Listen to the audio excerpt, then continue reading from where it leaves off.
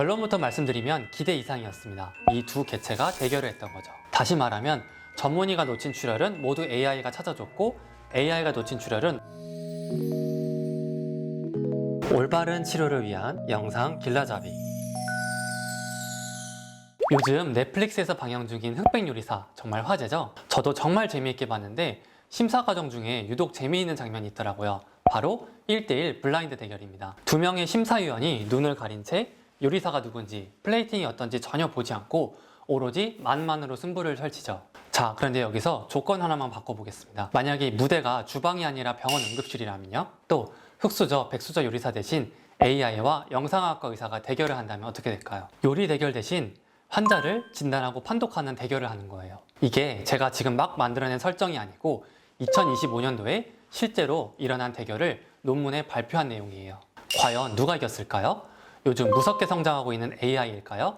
아니면 구관이 명관이다, 그래도 의사가 이겼을까요? 오늘 제가 이 대결의 결과를 가감없이 솔직하게 말씀드리겠습니다. 먼저 이 대결의 룰부터 말씀드리겠습니다. 먼저 흑수저 선수는 뇌 CT 판독을 위해서 특별히 개발된 AI 프로그램 3가지였습니다. 그리고 백수저 선수는 뇌 CT 판독을 꽤 오랫동안 해왔던 영상학과 전문의 2명입니다. 이 선수들이 실제로 응급실에서 촬영된 3,409명의 뇌 CT를 놓고 환자를 진단하는 판독 업무를 수행했습니다. 조건은 단순하지만 또 매우 엄격했는데요. 환자의 증상이라던가 다른 검사 결과 이런 것들은 모두 공개되지 않았습니다. 즉 오직 하나 CT 영상만 보고 이 두 개체가 대결을 했던 거죠. 흑백요리사에 나왔던 그 블라인드 대결과 완벽하게 같은 조건입니다. 그렇다면 이 대결에 출전한 AI 선수들의 실력은 어땠을까요? 궁금하시죠? 결론부터 말씀드리면 기대 이상이었습니다. 특히 민감도, 출혈이 있을 때 있다고 찾아내는 능력은 실제 의사들과 비교해도 손색이 없을 정도로 매우 훌륭했는데요.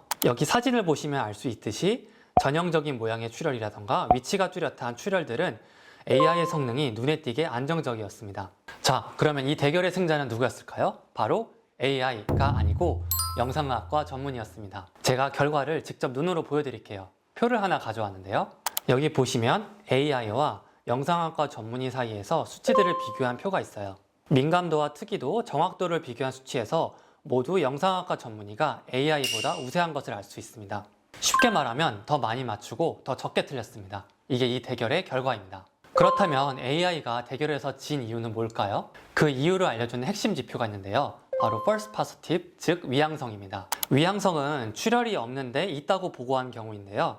이 수치를 그대로 쉽게 풀어보면 이렇습니다. 영상학과 의사는 CT를 600개는 봐야 1개를 잘못 보고하는데 AI는 CT를 10건만 봐도 1건꼴로 잘못 보고를 했던 셈이죠. 차이가 확 느껴지시죠? 자, 그러면 이게 임상적으로 어떤 의미를 가질까요? 다들 아시다시피 응급실은 항상 바쁘고 엄청 긴박하게 돌아갑니다. 근데 여기서 잘못 호출을 한다? 그러면 불필요한 추가 검사가 진행되고 시간도 지연되면서 환자와 의료진 모두 안 좋은 상황이 벌어지겠죠. 여기서 또 하나 중요한 지표가 있는데요. 바로 이 DOR이라는 수치입니다. 보시면 AI보다 영상학과 전문의가 훨씬 높은 수치를 보이고 있는데요. 이거는 판독자가 병을 맞힐 능력이 얼마나 높은가를 수치화해서 보여주는 지표입니다. 전문의가 AI보다 거의 300배 이상 수치가 높은데요. 이게 바로 AI 단독으로는 영상학과 전문의를 아직 대체할 수 없는 이유입니다. 하지만 이 대결에서 가장 흥미로운 포인트는 사실 승부보다는 다른 곳에 있었는데요. 이 대결에서 AI가 놓친 출혈은 총 45건, 그리고 전문의가 놓친 출혈은 총 12건이었습니다.